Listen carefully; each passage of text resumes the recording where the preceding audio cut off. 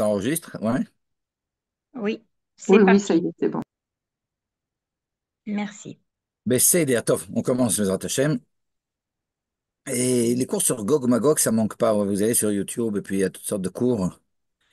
Et pas uniquement pour le jeu de mots, mais on va essayer de faire un cours sur Gog Magog en essayant de ne pas être démagogue. Maintenant, c'est vrai que quand on étudie les... il y a une grande problématique dans ce sujet, c'est que lorsque l'on étudie la source par excellence, le seul endroit finalement dans le Tanakh où on parle de façon explicite de Gog ou Magog, c'est dans le livre de Yézéchiel, il y a deux chapitres, 38 et 39, et on voit pas trop le rapport avec ce qui peut se passer aujourd'hui. En réalité, il y a toutes sortes de psukim qui montrent des rapports, mais disons que l'histoire, les grandes lignes, elles n'ont rien à voir avec ce qui se passe maintenant, et donc on pourrait se dire 2 minutes, mais si c'est la Géoula, alors où on retrouve Gog et Magog. Et pour pouvoir comprendre ça, finalement, qu'est-ce qu'on fait de ces névoids? Qu'est-ce qu'on fait? Et si on veut étudier Gog ou Magog, bon, ben, avant tout, il faut voir ce qui est écrit dans le Tanakh. Mais comment lire ces névoids en particulier dans le Tanakh? Birklal, les prophéties en général. Mais cette prophétie, on est obligé de faire un certain nombre d'introductions, sinon on passe à côté. Le premier point, c'est une halakha qui est bien connue comme ça dans Ilchot Yesodei Torah, dans le Perek Yud du Rambam, qui fait une distinction dans les prophéties entre ce qui s'appelle les névotes pour Anout et les bonnes névotes, les prophéties de malheur, on pourrait dire, et les autres prophéties. Et nous dit le Rambam, d'ivrei pour Anout, Shanavi Omer, les malheurs finalement qui sont prophétisés par le prophète. Im lo amdut varav en bezak rachal nevoto. Quand bien même ça n'aurait pas lieu, ben, ça ne repousse en rien le fait que les prophètes, parce que c'est possible que les acteurs aient fait tchouva. Et c'est ce qu'on voit par exemple avec les névotes de Yona, avec Ninvé qui va être détruite, et finalement, ben non, ça n'a pas été détruit. Pourquoi? Parce que les gens de Ninvé, entendant ça, ont fait tchouva, et donc ça n'a pas été détruit. Alors c'est vraiment un binyan av, c'est une base, quelque chose de général. Par conséquent, lorsque l'on va voir toutes les prophéties apocalyptiques et qui concernent Gog et Magog, en réalité, il est possible, au moins qu'une partie des choses n'ait pas lieu. Ça, c'est déjà important de savoir. Le deuxième point, qui a un rapport direct avec ce que je viens de dire, mais en rentrant un peu plus dans les détails, c'est l'influence que les 7 mitzvot Bnei Noach peuvent avoir sur le cours des choses. Et pour ça, je voudrais juste introduire comme ça. Il y a une halakha dans le Rambam qui est, qui est très originale. Donc le Rambam, il finit le Yad HaChazaka avec les Ilchot Melachim, les lois qui sont relatives aux rois et à leur guerre. Et dans le 8e chapitre, il nous dit la chose suivante. Il nous dit que lorsque Moshe Rabbeinu a donné la Torah, il a aussi ordonné au nom d'Hachem que l'on oblige tous les humains à accomplir les 7 mitzvot de Noach, les 7 mitzvot des Noachides. Alors bon, c'est fort. Parce qu'a priori, bon, bah, elles ont été données, et une partie à Adam Arishon, après à Noach. Et donc, on pourrait dire, bon, bah, ok, c'est parce qu'elles ont été données à Noach qu'ils doivent les accomplir. Et là, on voit que non. C'est vrai qu'elles ont été données à Noach, mais à partir du moment où il y a Matan Torah, alors il se passe deux choses.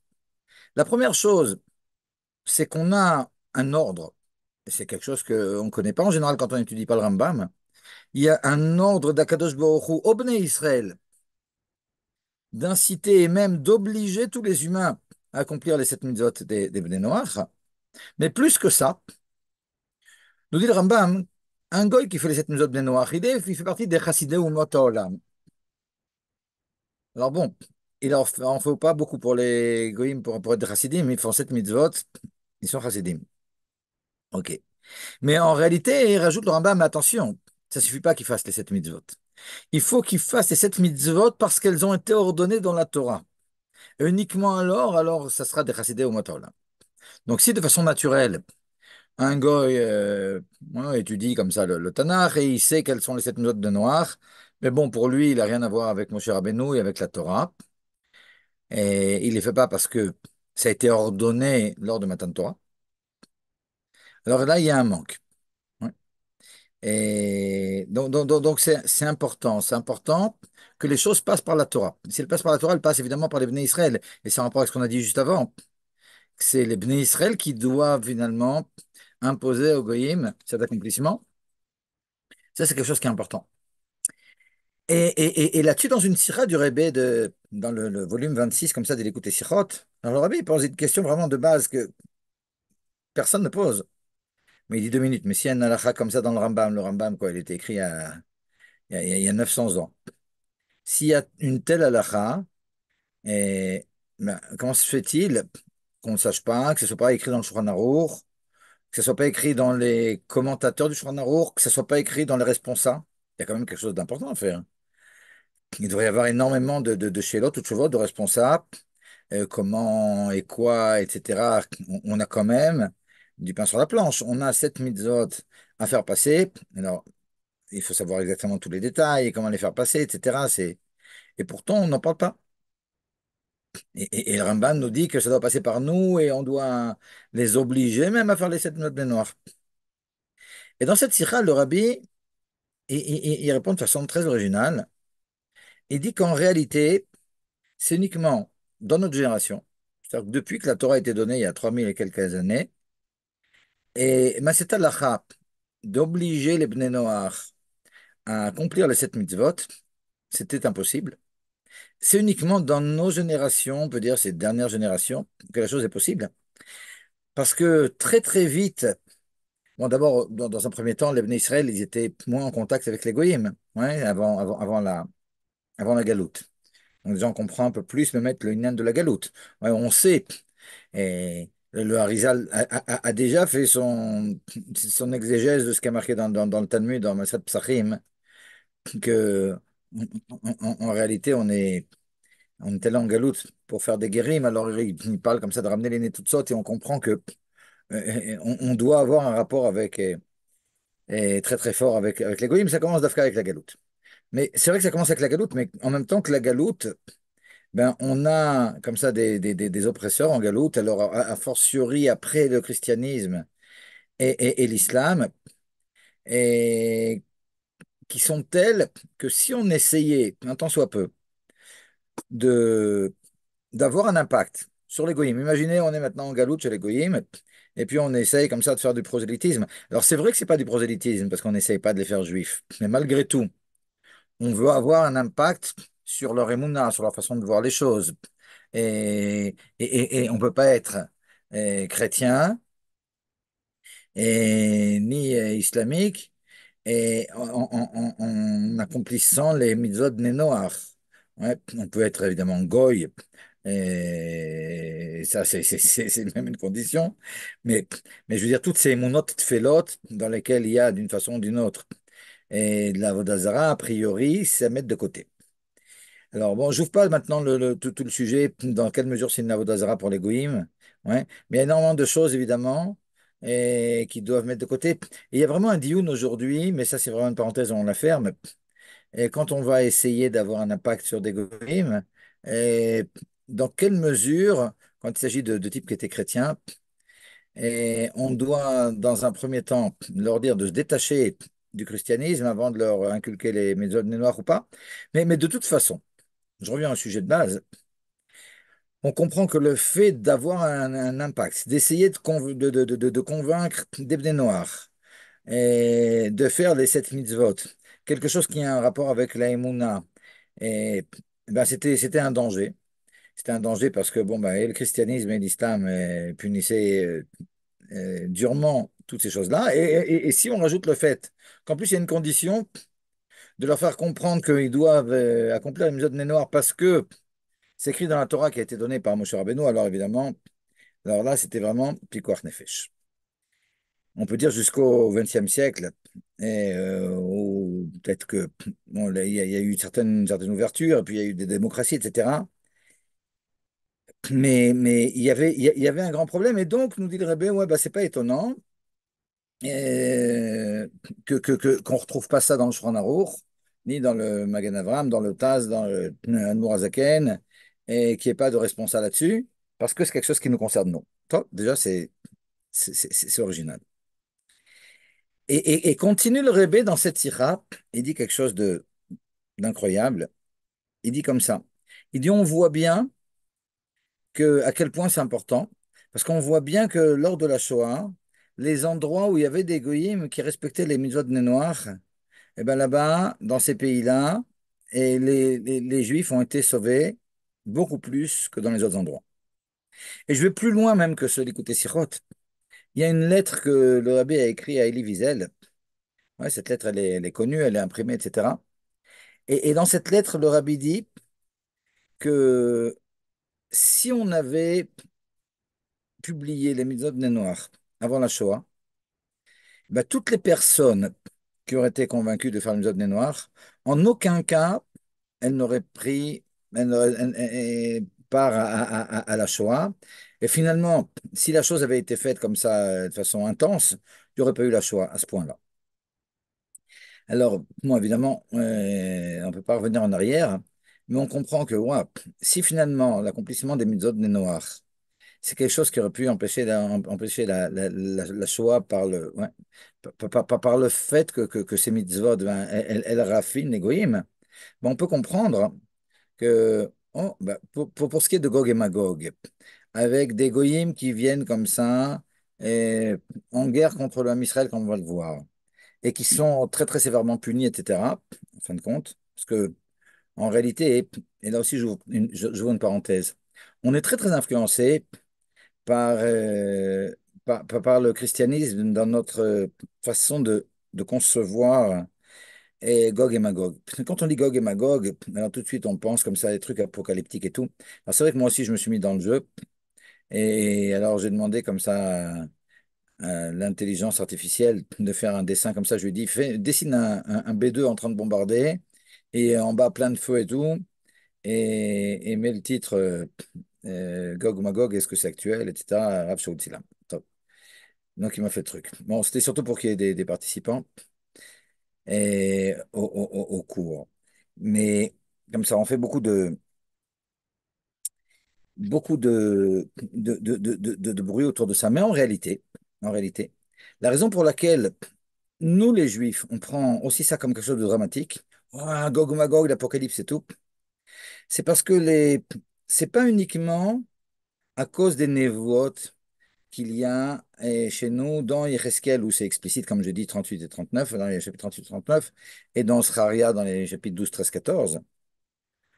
Mais c'est beaucoup pour ce que les goyim ont fait de Gog ou Magog. Parce qu'en réalité, dans nos Nevi'im, Gog et Magog, alors il y a beaucoup de peur, évidemment.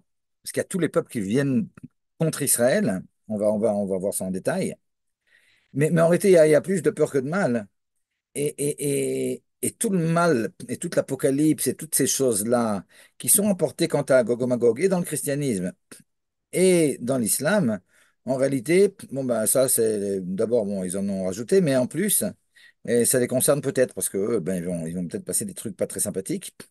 Mais en tout cas, en ce qui nous concerne, et les choses, elles sont bien moins et, et problématiques que ce qu'on aurait cru, mais on va voir les nouveaux comme ça à l'intérieur. Toujours est-il, et ça, c'était comme ça un deuxième point d'introduction. Et le premier point, c'était que bon, ben, une mauvaise névoie, elle n'est pas, qu'une névoie de malheur, elle n'est pas obligée de s'accomplir. Et le deuxième point, c'est le fait que il y a effectivement eu un adoucissement avec le fait que c'est toutes ces dizaines de dernières années, et il y a eu une très très grande afatsa des Shamzot noirs, ouais, le Rebbe a prononcé depuis les années 80 énormément de sikhot, et même avant, mais encore plus après, et énormément de sikhot sur les mitzvot des Noirs et l'importance de les diffuser, etc. Et c'est sûr que ça a eu un impact, et c'est sûr que ça a eu un impact aussi sur Gog et Magog. Et donc, quand on va lire les Névoot, il faudra savoir quoi prendre et quoi, hein. Caniré, apparemment, a été effacé du fait qu'il y a eu cet adoucissement des nations par le biais de ces mitzvot. C'était le deuxième point d'introduction.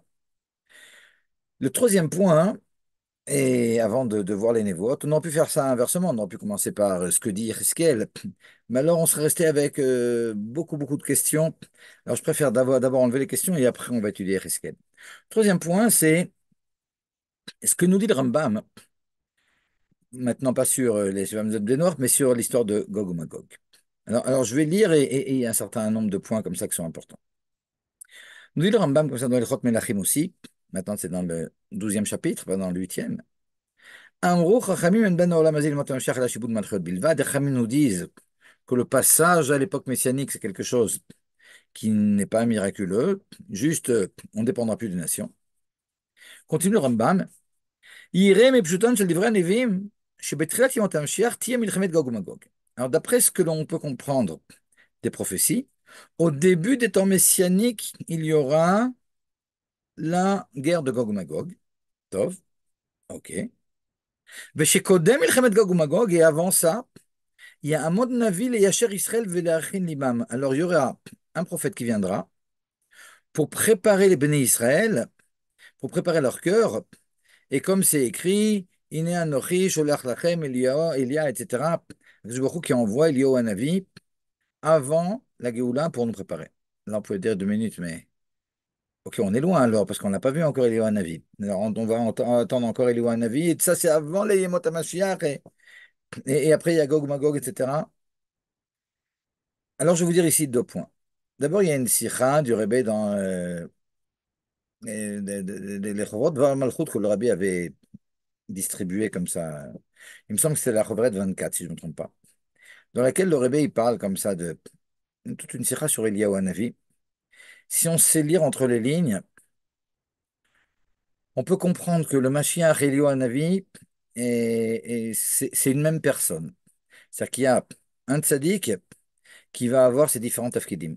On sait qu'au niveau des Neshamot, il y a toutes sortes de choses qui sont possibles, de la même façon qu'on va voir un peu plus loin. Mais le Rabbi dit que pour le Rambam, Machar ben Yosef et Machar ben David, ils sont incarnés par une seule personne. On peut comprendre entre les lignes que Eliyahu Hanavi aussi. Et je vais vous dire une chose que j'ai entendue du Rav Mordechai Eliyahu. C'était un enregistrement, je n'ai pas entendu directement de lui. Mais le Rav Mordechai Eliyahu, lorsqu'on lui a demandé si le Rabbi était le Mashiach, il a répondu comme ça. Il dit, le Rabbi, c'était, comme ça il dit, Eliyahu Hanavi. Hein, mais de façon claire. Donc on se dit, ouah, bon, on peut comprendre, parce que sinon on se dirait, pour que le Rambam il commence à s'appliquer, alors il va falloir qu'on attende encore Eliyahu Hanavi. Ok. D'ailleurs, on peut comprendre que, d'après ce que nous dit le Rambam, ça peut pas être Eliyahu Hanavi qui vient tout d'un coup sur son cheval en feu, et voilà, je suis Eliyahu, salut les amis, je viens vous préparer. Parce que le Rambam, juste avant, il vient de dire que tout est tout à fait naturel, en dehors du fait que, enfin, en dehors de rien du tout. Et c'est quoi la Géoula? C'est dans un premier temps le fait qu'on ne dépende plus des nations. Donc si tout est naturel, je vois pas comment Eliyahu Hanavi peut venir et puis nous faire ses speeches, etc. Donc ben voilà, il est passé Eliyahu Hanavi. Il y en a qui l'ont vu, il y en a qui l'ont moins vu. Alors sachez et que c'est passé. Donc il y a Eliyahu Hanavi, le Rebbe, mais qui vient pour préparer les cœurs. Et après ça, il y a Milchama de Gog Magog. Tov. Et continue le Rambam, je saute un petit peu. Il nous dit comme ça. Vechol elu advarim vechayotze behen, lo yeda adam ech yehu ad sheyu. Toutes ces choses-là. Alors, toutes ces choses-là, le Rabbi, il explique quelque part. Il n'avait pas parlé de tous les temps messianiques, il a parlé de 2 points, Eliyahu Hanavi et Gog Magog. Personne ne saura comment ça se passera jusqu'à ce que ça se passe. Alors, il y en a qui disent, bon, ok, c'est pas la peine d'étudier Nyane Geoula en Mashiach parce qu'on ne saura pas. Non, d'abord, on n'étudie pas ça pour savoir quoi que ce soit, on étudie ça pour nous raffiner. Mais en réalité, attention, ici le Rambam ne parle pas de tout ce qui a un rapport avec le Mashiach, il parle de Gog, Magog et de Eliyahu. Mais on pourrait me dire 2 minutes, alors, mais pourquoi on essaye de comprendre ce qui se passe avec Gog, Magog si on ne sait pas, si personne ne saura ce qui se passe jusqu'à ce que ça ait lieu? Quelqu'un a une idée par rapport à cette question?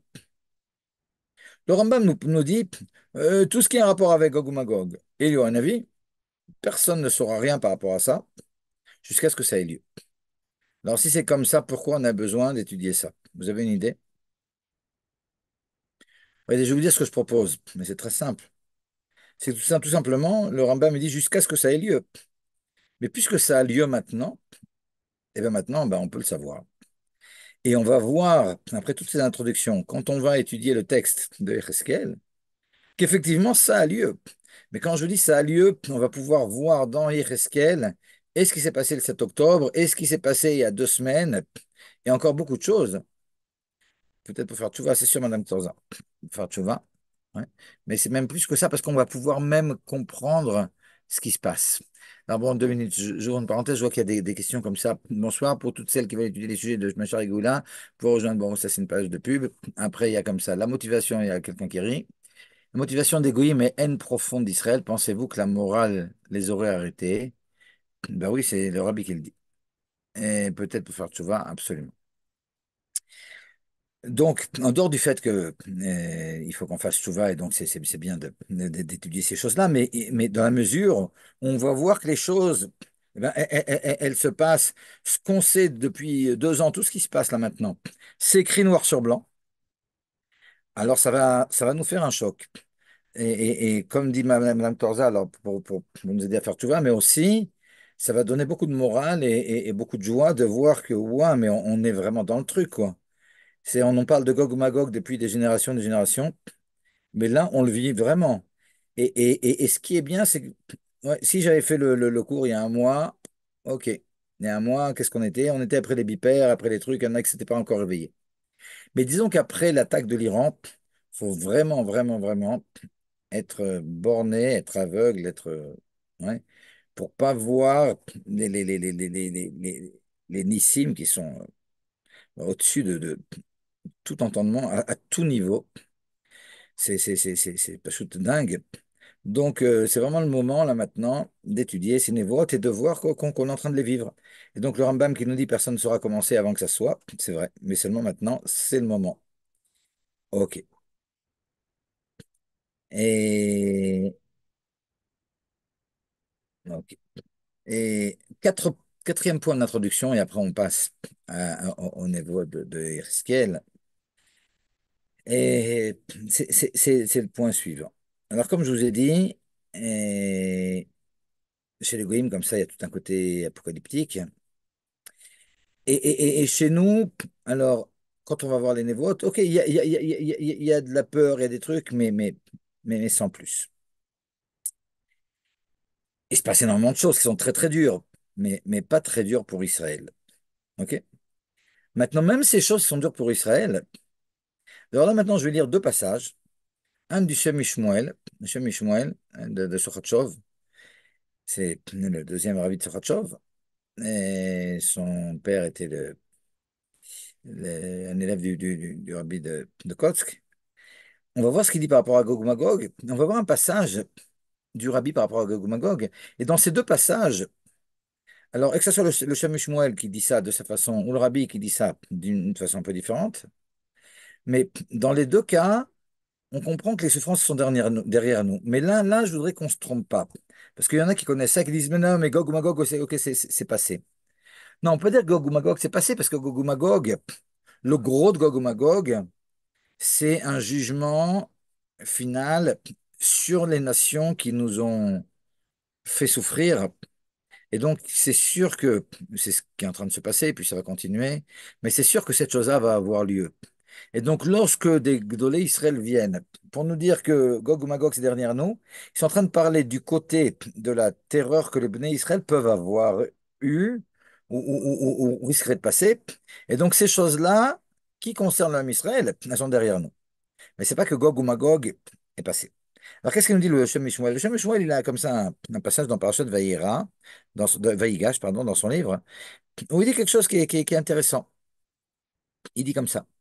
Il dit de la même façon que par rapport à l'Égypte. L'Égypte, normalement, devait être en Égypte pendant 400 ans.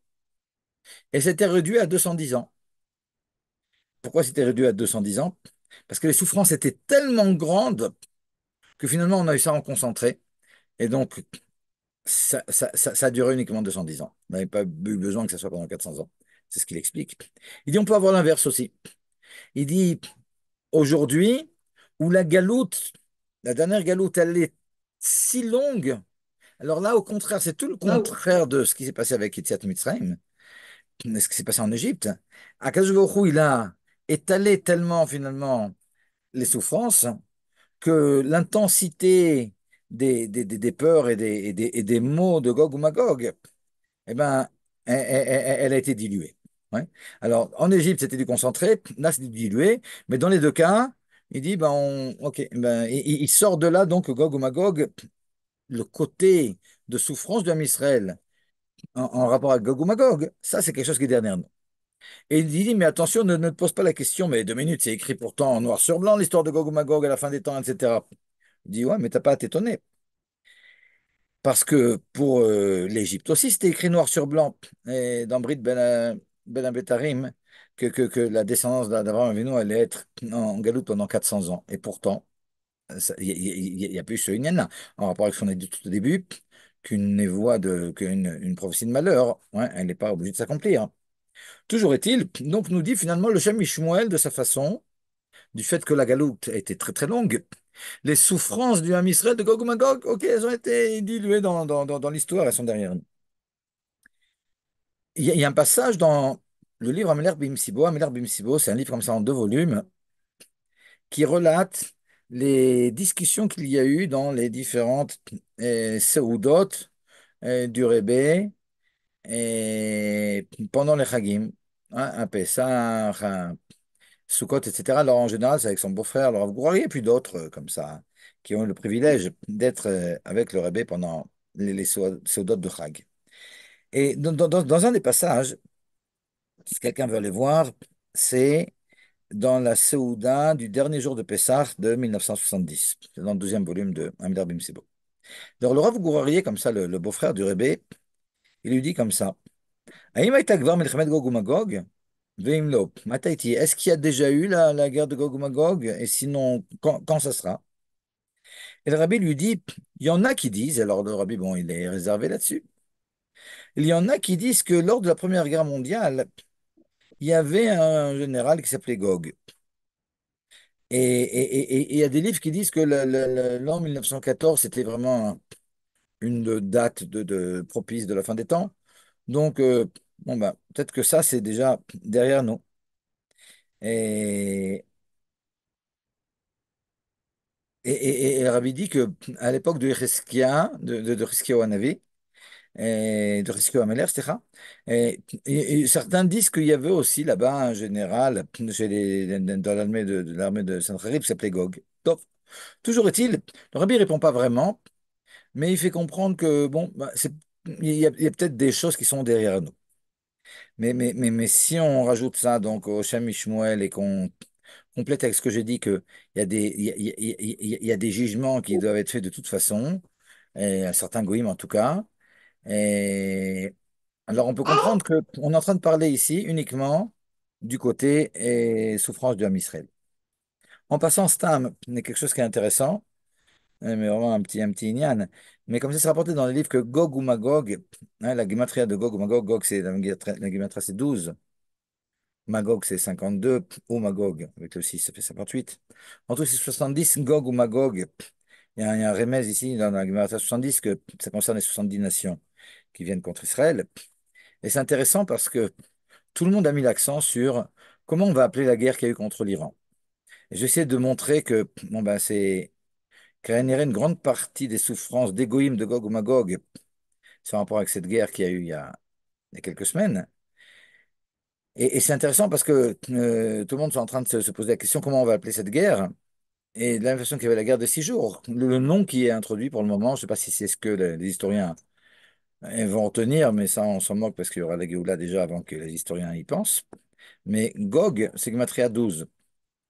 Donc la guerre des 12 jours, ça peut être la guerre de Gog.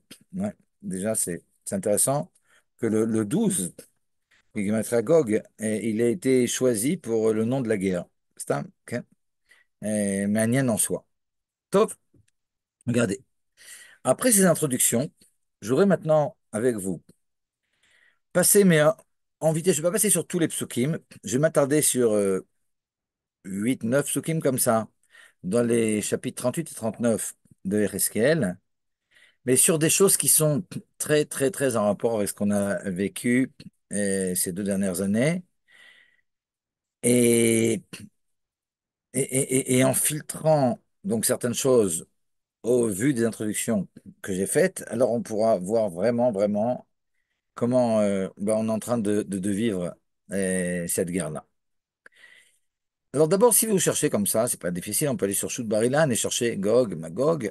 On trouve pas ça énormément dans le Tanakh. On trouve ça à 3 endroits.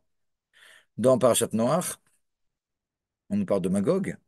Dans le livre de Yecheskel, on nous parle de Gog et de Magog. Et dans Divrei Hayamim, ouais, une espèce de, c'est les chroniques quoi, écrites par Ezra, on revient un peu sur les psukim qu'il y a dans Parashat Noach.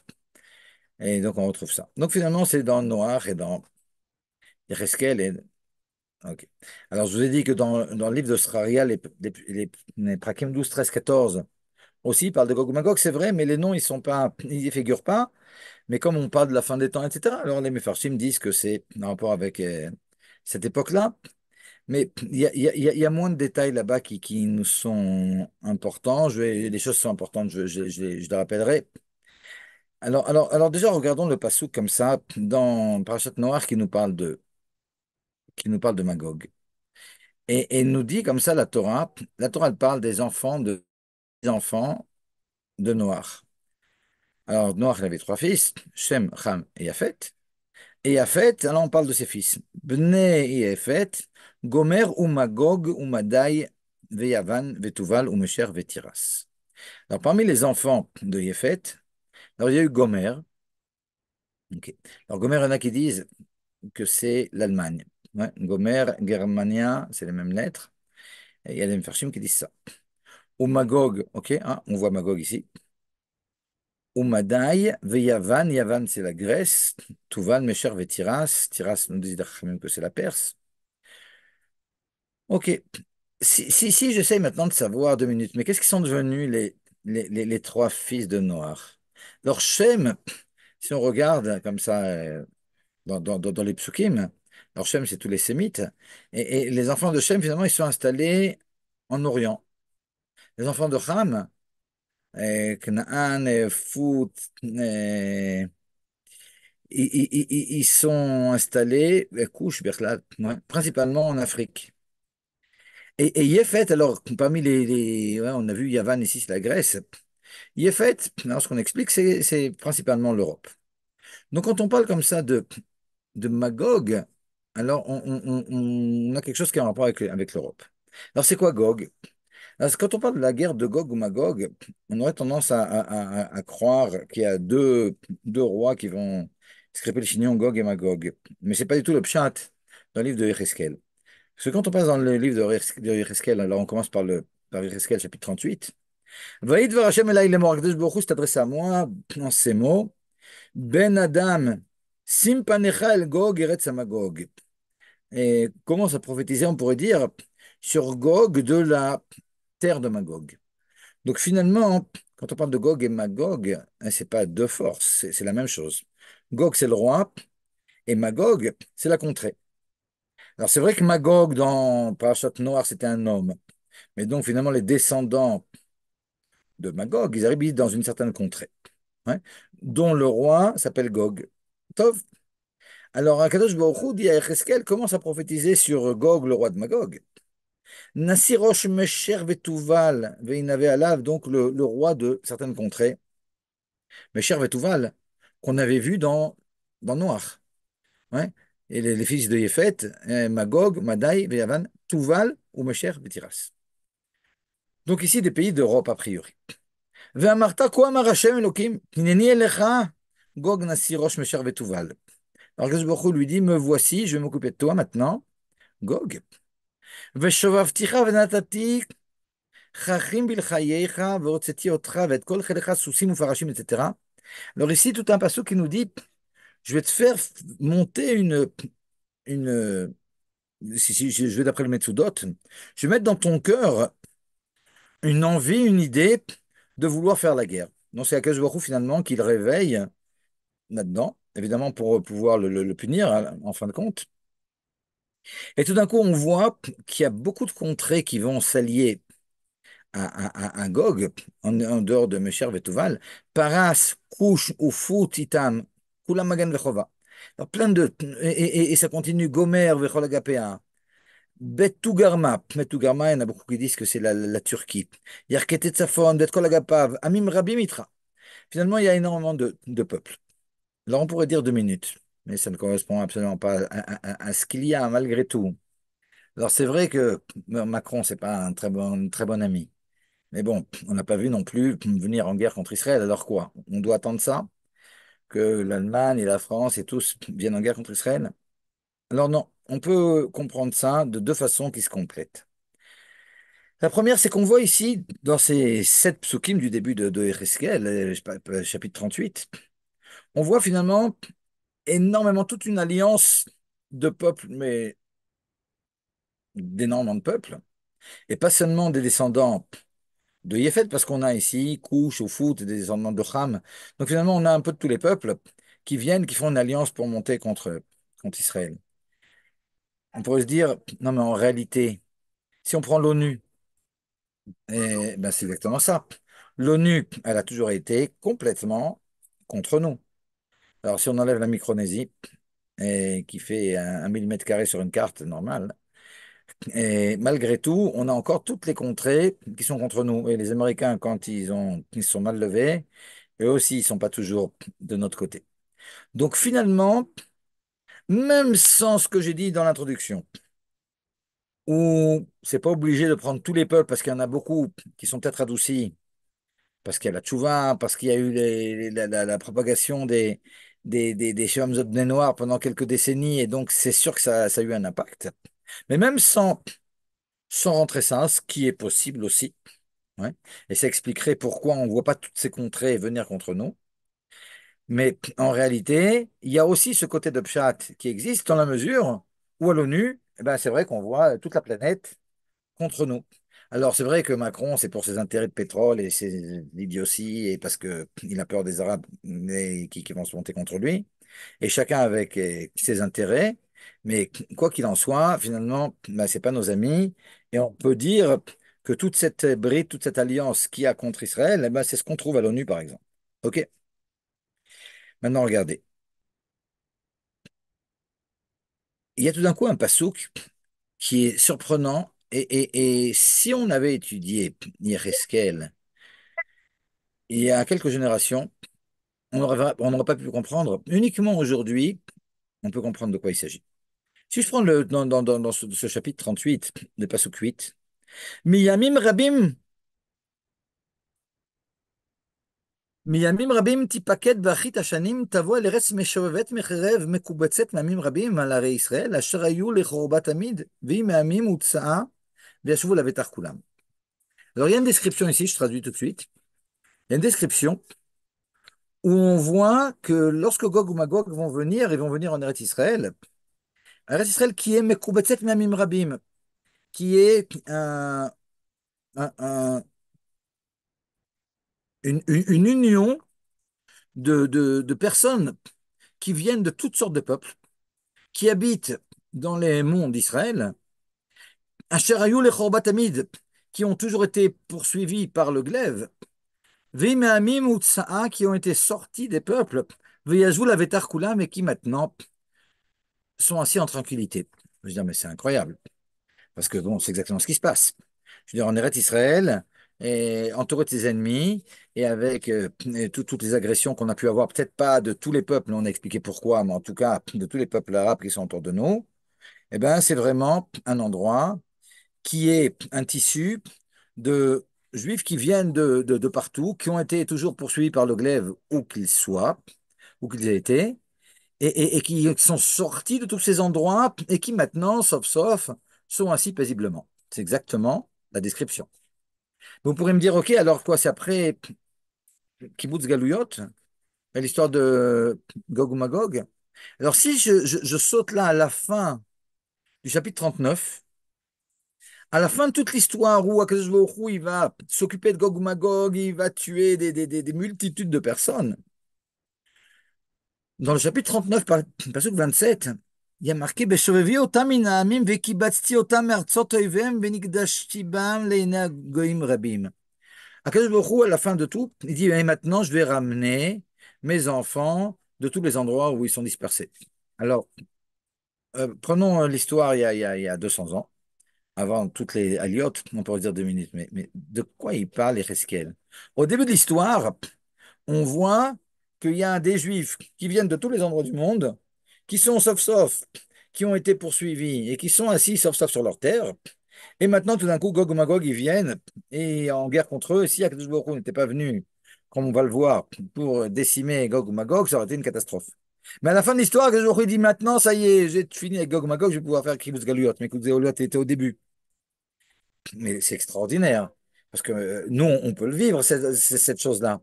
Il y a effectivement en Eretz Israël, ben, on pourrait dire la moitié du Ham Israël, qui est revenu d'une façon ou d'une autre. Et il y a à la fin du chapitre 39, ben encore Kibbutz Galiot, parce que Kibbutz Galiot, il se fait, ben, mettre, et avant l'histoire de Gog Magog, et après, parce qu'il reste encore, en fait, ça reste beaucoup de Juifs. Donc c'est extraordinaire déjà que ça corresponde tout à fait à une situation qu'on connaît. Déjà, c'est un point. Je saute quelques psukim, et je vais vous lire un pasouk qui est une description, mais vraiment Echad le Echad, de ce qu'on appelle le 7 octobre. Regardez. Qu'est-ce qu'il nous dit le pasouk 11? Ve'amarta elea l'eretz prazot. L'ennemi a dit, je vais faire la guerre vers les villes qui sont ouvertes. Avo shoktim. Je vais aller vers ceux qui sont paisibles. D'ailleurs, les kibbutzim qui ont été attaqués, c'est surtout des kibbutzim qui étaient vraiment paisibles. Ouais. Et c'est pas des excités de Shomron et tout qui dansent des pierres. C'est d'Afka ceux qui étaient pour le shalom avec les Arabes, etc. Un shoktim. Yoshve lavetar kulam, qui sont assis vraiment en sécurité. C'est ce qu'ils croyaient en tout cas. Yoshvim ben choma, ils sont assis sans barrière. Alors, sans barrière, on peut comprendre, bon, ben, il n'y a pas des barricades et des trucs et des. On peut comprendre aussi que bon, ben, les peu de barrières qu'il y avait, ils l'ont fait tomber le 7 octobre. Ben choma ouvrière ou de la taille menlehem. Il n'y a pas de verrou, il n'y a pas de porte. Et, ils sont vraiment comme ça, sous leur figuier, et ils sont en situation de détente. Ils s'attendent pas du tout à ce que l'ennemi puisse venir. Donc c'est une grande surprise ici ce qu'il y a. Ouais. C'est vraiment la description du 11 octobre, du 7 octobre. Mais regardez juste après. Juste après, il y a une autre description, si on sait bien lire, qui est aussi assez effarante. Alors, ils viennent comme ça pour décimer ces juifs qui sont assis tranquillement, etc. Il y a beaucoup. Lishlol shalal, Pelavos baz, ils viennent donc pour piller, faire toutes sortes de choses. La shiviatra al chovot noshavot, ils viennent En avec leurs direct? glaives. C'est en Vel direct? amem moussaf migoyim, C'est vers d'Israël. finalement C'est un un truc en peuple, direct? Ouais. vers un peuple qui est formé de beaucoup de peuples d'où ils proviennent. Ose mikne vekinyan yoshve al tabour haaretz. C'est quoi Ose mikne vekinyan? Alors vous savez, le Tanakh, il est avare de mots. Hein. Ose mikne vekinyan, pourquoi on a besoin de dire qu'ils font du business? Hein. Alors au point où le Rada qui dit c'est quoi Ose mikne vekinyan, ben, il y en a qui feront mikne, c'est des bêtes. Il y en a qui feront du business avec des bêtes, et il y en a qui feront al-shar nechassim, kinyan, toutes sortes d'autres biens. Mais qu'est-ce qu'il veut nous dire le Navi ici, quand il nous parle de toutes sortes de juifs qui sont dans leur ville, Ossé, Mikne et Kinyan? Il est en train, en quelques mots, de nous décrire un pays qui est en pleine expansion économique. C'est exactement ça. Ossé, Mikne et Kinyan. Ouais. Ça n'a pas été comme ça en Israël pendant toute la galoute. Ouais, c'était des marécages.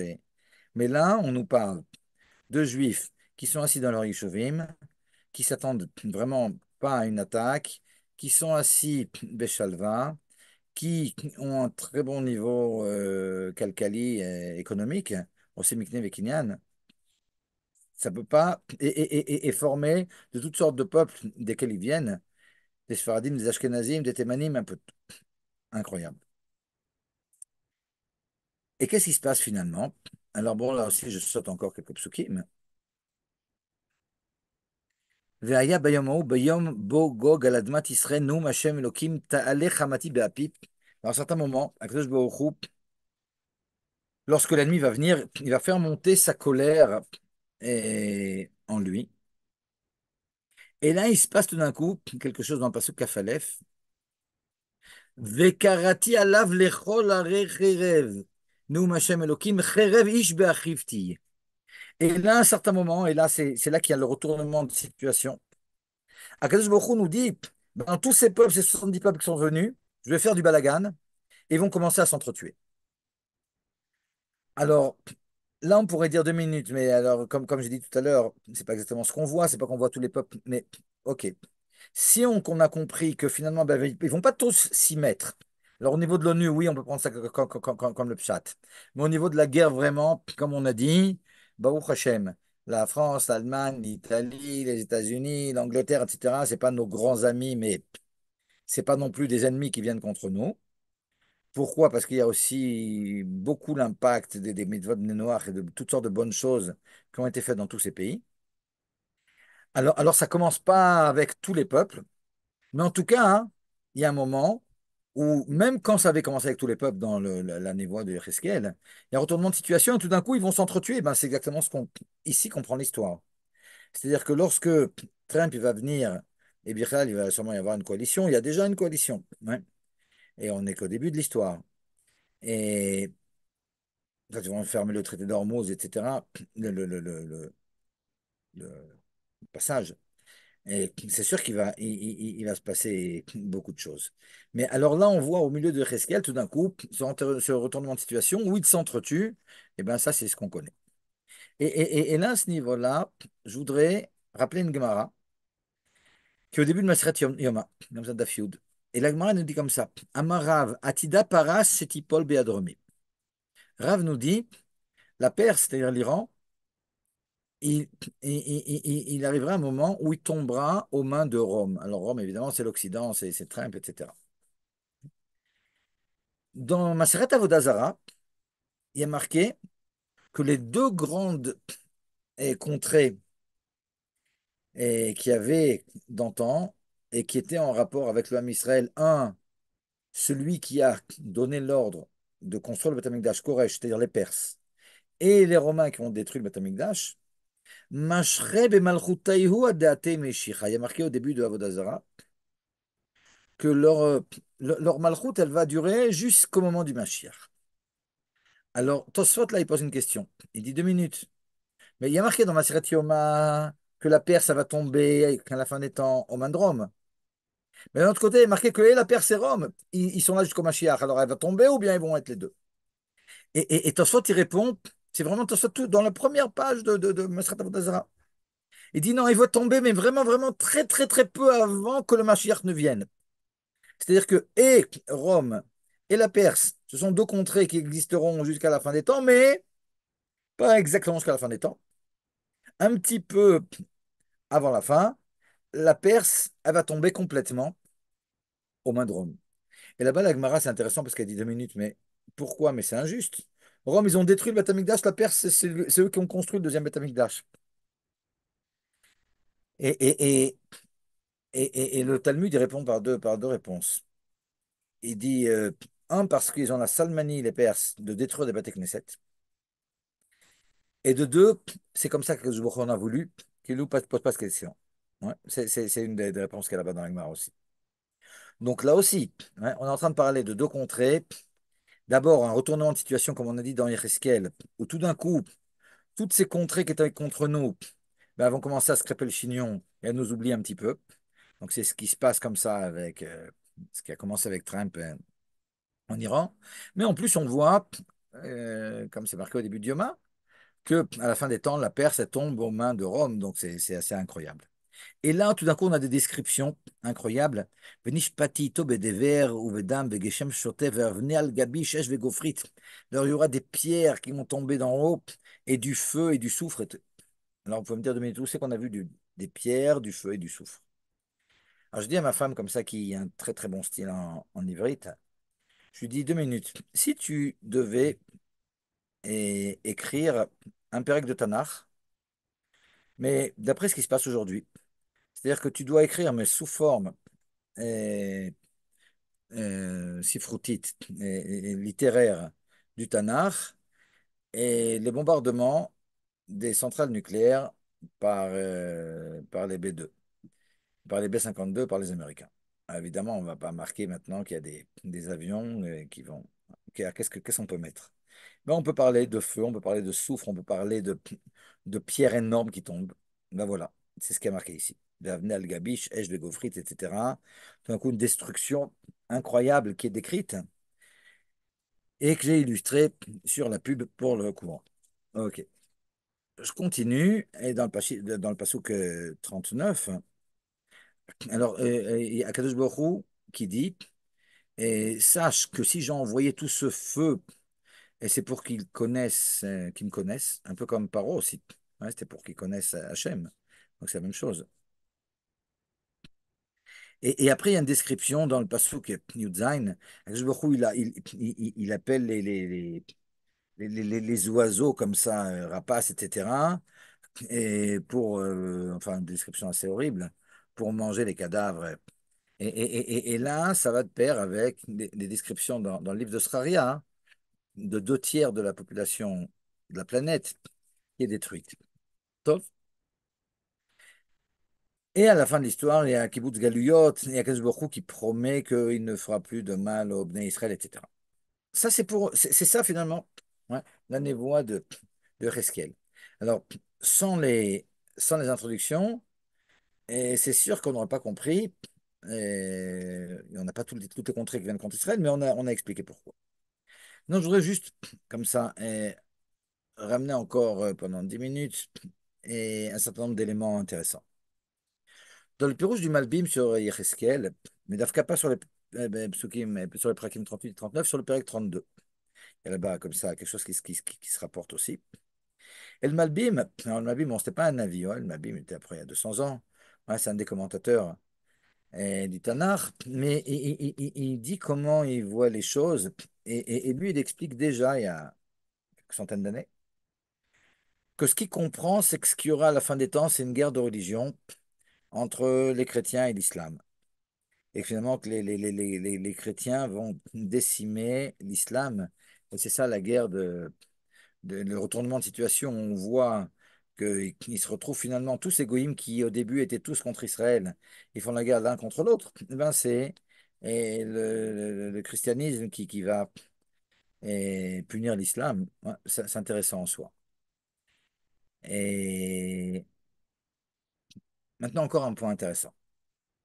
Il y a à la fin de l'écouter Sichot, un point extrêmement intéressant. Il y a à la fin de l'écouter Sichot, comme ça, le 32e volume, un petit passage, comme ça, une lettre qui est apportée à la fin de l'écouter Sichot. Et le rabbi, il dit, euh, 2 minutes, on sait que donc à la fin des temps, il y a Gog ou Magog. Alors, on a vu par rapport à un peu ce que dit le Rambam par rapport à Eliyahu Hanavi et tout. Mais par rapport au Mashiach, Gog ou Magog, c'est avant ou c'est après? Ça, c'est une question que pose le rabbi. Et le rabbi dit en réalité, on a 2 passages dans le Talmud. Alors, je ne vais pas rentrer maintenant dans les passages, mais juste, je vous dis comme ça. Un passage dans le traité de Sanhédrin où on voit que Gog ou Magog, c'est avant la venue du Mashiach. Mais un passage dans le traité de Avodah Zarah, on voit que Gog ou Magog, c'est après la venue du Mashiach. Comment, d'après vous, le rabbi il explique ça? Ouais, le rabbi va expliquer les deux. Et les deux sont vrais. On a d'un côté, dans Sanhédrin, il y a marqué que Gog ou Magog, c'est avant le Mashiach. Dans Avodah Zarah, il y a marqué que c'est après le Mashiach. Alors, comment expliquer? Ben, le rabbi il dit, ben, tout simplement, il suffit de dire qu'il ne parle pas du même Mashiach. Quand il y a marqué dans Sanhedrin que c'est avant le Mashiach, c'est avant Mashiach ben Yosef. Et quand c'est marqué, et c'est avant Mashiach ben David, pardon. Et quand c'est marqué que c'est après Mashiach, c'est après Mashiach ben Yosef. C'est-à-dire qu'en réalité, comment ça se passe? On a Mashiach ben Yosef. Après Mashiach ben Yosef, on a Gog ou Magog. Et après Gog ou Magog, on a Mashiach ben David. Ouais, c'est finalement. Alors, si on se dit Gog ou Magog, c'est quand? C'est après Mashiach ben Yosef. Et c'est avant Mashiach ben David. C'est comme ça que le rabbi explique la contradiction entre ces 2 passages dans Sanhedrin, dans Avodah Zarah. Top, sympa. Mais alors, dans ce cas-là, hein, le rabbi continue. C'est très intéressant ce passage, un petit passage. Hein, pour ceux qui veulent, comme ça, c'est dans l'Écouté Sichot, volume 32, page 184-185. Alors là, hein, le rabbi dit 2 minutes, mais le Rambam, il ne nous parle pas de Mashiach ben Yosef. On en parle dans le Zohar, on en parle dans le Talmud Yerushalmi, mais dans le Rambam, il n'en parle pas. Alors, dans quelle mesure il a sa place? Et le rabbi, il dit la chose suivante. Il dit, ben, on est obligé de dire que la vie du Rambam, c'est que c'est une seule personne, c'est ce que je vous disais tout à l'heure, qui va avoir le rôle de Mashiach ben Yosef, Mashiach ben David. Et dans un autre endroit, le rabbi il dit, lorsque le Mashiach, il est ce que le Rambam appelle Cheskat Mashiach, il a la présomption d'être le Mashiach. C'est ce qu'on appelle ailleurs Mashiach ben Yosef. Et lorsque le Mashiach, il vient et construit le Beth Amikdash et les Mashiach Vada, et c'est ce qui s'appelle Mashiach ben David. Alors au niveau de la Neshama, c'est pas un problème, parce que dans les Neshamot, il peut y avoir toutes sortes de Neshamot qui vont s'unir, et c'est pas un problème. Alors on se retrouve avec, comme ça, une Dmout, une personnalité, qui dans un premier temps, avant tout, elle avait l'âme de Eliyahu Hanavi. Elle prépare les cœurs, elle prépare la Géoula. Après, on a cette personne qui est Mashiach ben Yosef. C'est quoi Mashiach ben Yosef? Finalement, c'est Reskat Mashiach. Donc c'est quelqu'un qui, sur lequel le Rambam dit, Ogé, Batorah, Ponsek, Bamitzvot, qui est David Aviv. Non, donc c'est quelqu'un qui fait Torah, Mitzvot, etc. et dont tout le but, c'est la chouf kol Israël l'herba ve'lachzek bitka. C'est quelqu'un qui va essayer de pousser les Bnei Israël à faire un maximum de mitzvot, et tous les Bnei Israël. Donc ça, c'est ma chère Ben Yosef. Donc, pour les Rabbanikim, il n'y a pas de doute, c'est quelque chose qu'on a déjà passé, ouais, et c'est Treskat Mashiach avec le Rebbe. Après ça, on a Gog ou Magog, donc c'est ce qu'on est en train de vivre. Et après ça, on a Mashiach Ben David. Ouais, les choses, elles sont Hamash Meforashot. Donc, encore un point qui nous dit 2 minutes, mais on y est vraiment, quoi. On y est vraiment, on est dans l'histoire, on la vit, mais il suffit pas de la vivre.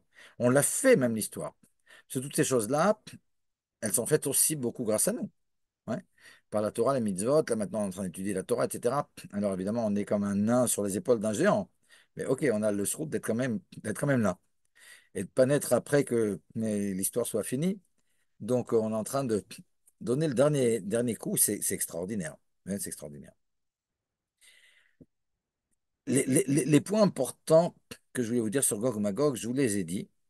Mais c'est fou parce que, Mehmet, on voit qu'il manque rien. Il y a réponse à tout. Il y a toute une histoire comme ça qui se dessine, qui est extraordinaire. Comme on est comme ça la nuit du 11 Tammuz et le 12-13 Tammuz, c'est quelque chose d'important aussi dans la Géoula, évidemment. La Géoula du Rabbi Rayat, je voudrais rajouter comme ça 5 minutes, quelque chose qui est en rapport avec ça.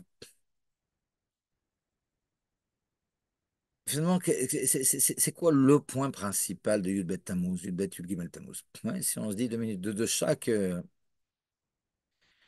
de chaque date, on a quelque chose à apprendre. C'est quoi l'anekuda comme ça de Yud Bet Tammuz, du Bet Yud Gimel Tammuz?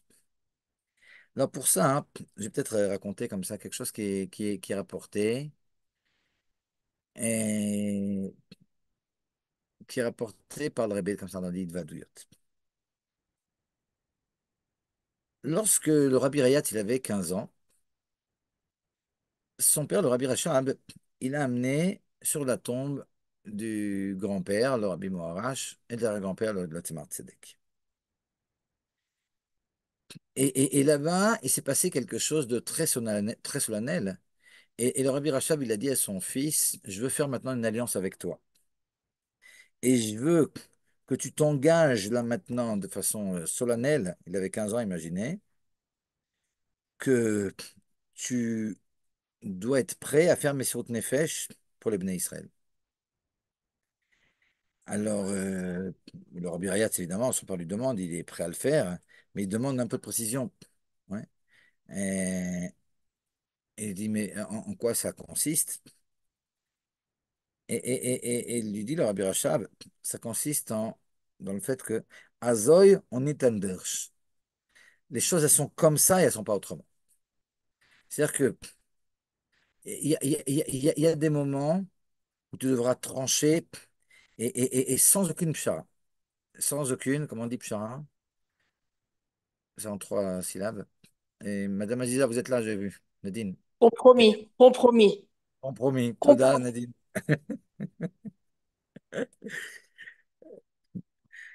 Aïe, aïe, aïe. Voilà, compromis. Sans aucun compromis. Ouais, c'est un inyan.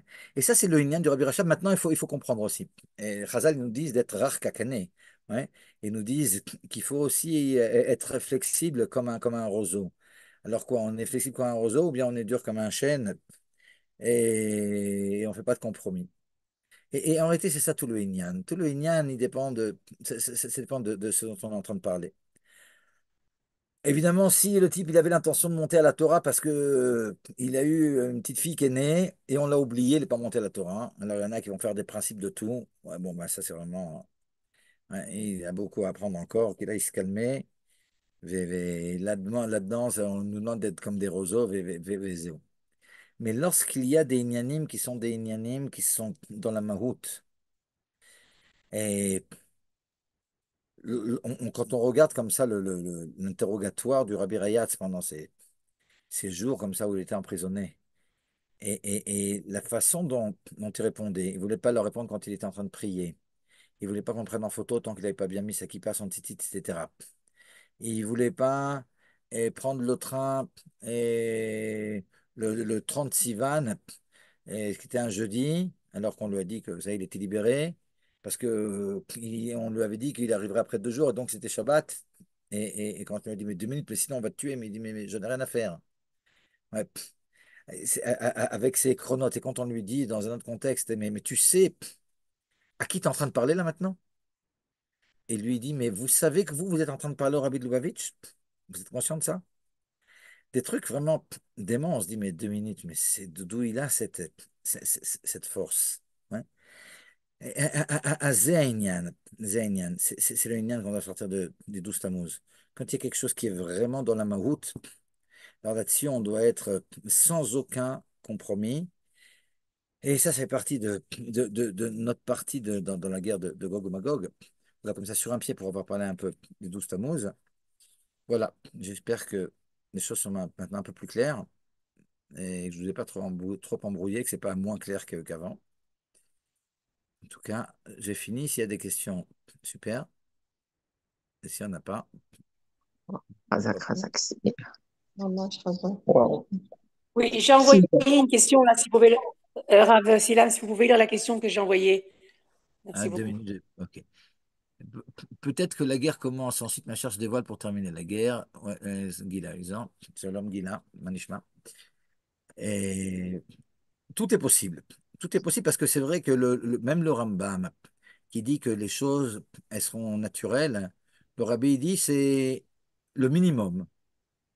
Mais plus on a de truyot et plus on verra des Nissim Louis même qui peuvent aller contre la nature. Donc, quelque part, la preuve, c'est quelque part, il y aura aussi Triatametim. Triatametim, c'est sûr que c'est contre la nature. Donc, tout est possible, ça aussi. Madame Torza, peut-on associer cette situation de Gog ou Magog avec le fameux Yalkut Shimoni que le rabbi avait mentionné au moment de la guerre du Golfe? Je vais vous dire mon avis. Ouais. C'est sûr qu'on peut. Et à mon avis, le Inyan, il est comme ça. Alors, dans le Yalkut Shimoni, qu'est-ce qu'il y a marqué? Il y a marqué que le roi de Perse, il vient en guerre. Ouais. Alors, dans le temps, le rabbi, il avait parlé de Saddam Hussein. Et il avait dit comme ça, il dit, c'est vrai que Saddam Hussein, c'est l'Irak. Mais comme Sancheriv, on sait qu'il a mélangé les nations, en réalité, c'est peut-être le roi de Perse. J'ai l'impression que le rabbi, de la même façon que finalement l'histoire, ben, on l'a fait. Et si on avait eu le Srout, Gog ou Magog, ça aurait été Sancheriv. Ouais. On, on- on- on a l'impression qu'en réalité, ce que le rabbi a essayé de faire, c'est de faire en sorte que la Géoula ait lieu, évidemment, en 1991 et bien avant aussi. Mais donc, quand cette chose-là a eu lieu, et si ce Midrash il nous dérangeait parce qu'il a marqué que c'est le roi d'Iran qui pique sa crise, alors ok, le rabbi il dit non, mais il y a eu Sancheriv. Ouais. Donc, quelque part, le rabbi, il devait tourner les choses pour que ça puisse rentrer dans les coups de Shimoni. Mais aujourd'hui, on n'a même pas besoin de faire c'est Targuilim, dans la mesure où c'est vraiment le roi de Perse là qui est en premier plan. Donc je pense que oui, absolument, Madame Toza. Guy Lahusan, compromis, un compromis, Toda Rabba, ma petite sœur, Dvorah, compromis. Et ok, Oui. et super. Merci beaucoup, Epsilam.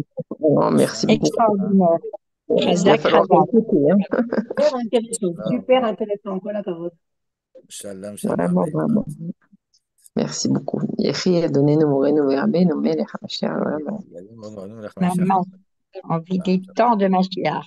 Mamash, chazak. Sous l'éclairage de la Torah, Medouyak. Merci beaucoup, Rav Silam. La Merci, Torah. merci.